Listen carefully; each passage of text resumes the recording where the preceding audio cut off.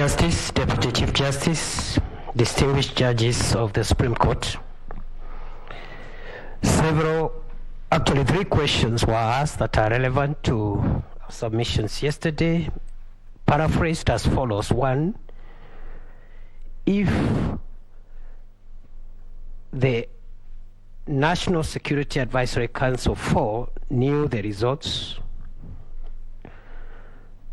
before they went there, and 2, why would the result not be announced the next day to build consensus, and 4, what would be the effect of the non-involvement of the 4 commissioners in the verification and tallying vis-a-vis Article 138(3)(c).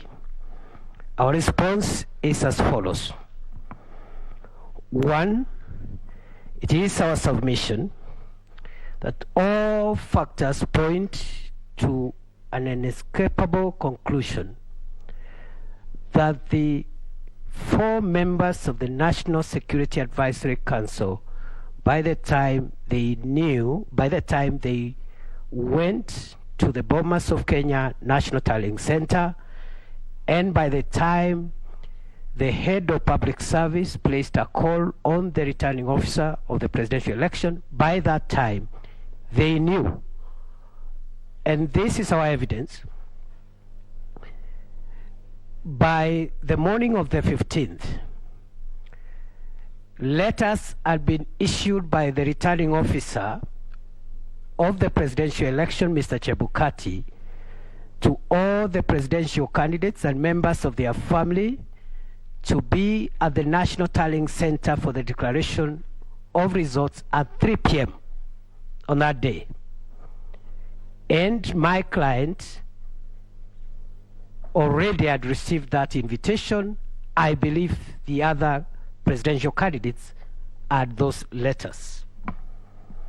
And therefore, they knew by the time these state officers went to the National Tallying Center, they knew that the verification tallying had been completed, and what was pending was the declaration of the final result. It is our submission, Chief Justice, distinguished judges of the Supreme Court, that these 4 went to the National Tallying Center not for any other reason but to try to interfere with the declaration of results and thereby try to alter the sovereign will of the people of Kenya, which had already been verified and tallied in accordance with Article 138(3)(c). 2,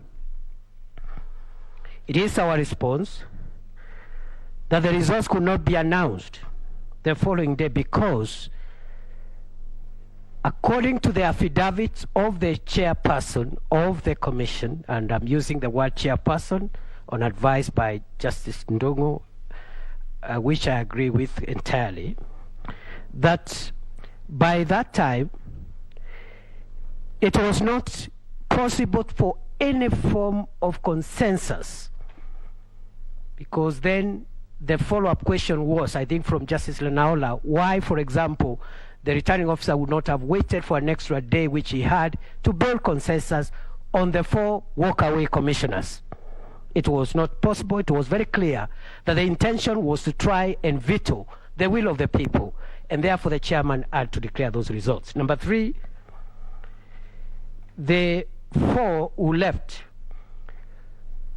also, their colleagues had been injured, and so the chairman had, in our view, make the announcement that day because of the gravity of the situation. Finally,